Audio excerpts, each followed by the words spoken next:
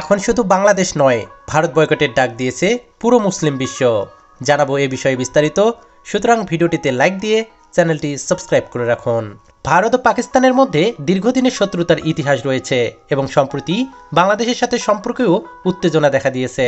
হিন্দু অধ্যুষিত দেশ ভারত, বিশেষ করে মুসলিম মেজরিটি দেশ বাংলাদেশকে লক্ষ্য করে যে প্রোপাগান্ডা এবং মিথ্যাচারের প্রচার করছে তা বিশ্বব্যাপী সমালোচিত হয়েছে। এর প্রেক্ষিতে শুধু বাংলাদেশ নয়, অন্যান্য মুসলিম দেশগুলোর মুসলমানরাও ভারতকে বয়কটের ডাক দিয়েছে।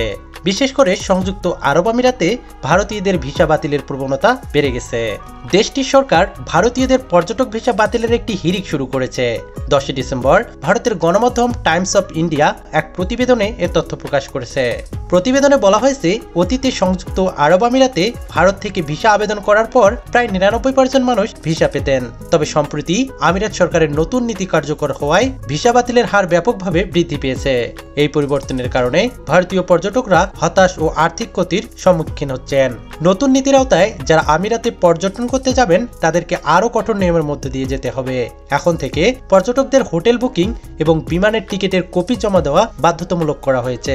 যারা স্বজনের বাড়িতে থাকতে চান তাদের সেই সম্পর্কে যথাযথ তথ্য ইমিগ্রেশন কর্তৃপক্ষের কাছে জমা দিতে হবে। এছাড়া আমিরাতের নতুন ভিসা নীতির অংশ হিসেবে একজন পর্যটককে তার হোটেল রিজার্ভেশন, বিমানের রিটার্ন টিকিট এবং ব্যাংক স্টেটমেন্ট জমা দিতে হবে। এছাড়া দুবাই যাওয়ার জন্য পর্যটকদের কাছে পর্যাপ্ত অর্থ রয়েছে কিনা তা নিশ্চিত করতে তার ব্যাংক ও স্টেটমেন্টও জমা দিতে হবে। এছাড়া দেশটিতে যাওয়ার আগে শেষ 3 মাসের বেতনও দেখাতে হবে।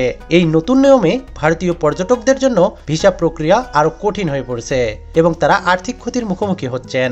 ভারতের বিরুদ্ধে মুসলিম বিশ্বে উত্তেজনা ও বয়কটের কণ্ঠস্বর বৃদ্ধি পাওয়ার ফলে আন্তর্জাতিক পরিপ্রেক্ষিতে ভারতের নতুন চাপ তৈরি হচ্ছে।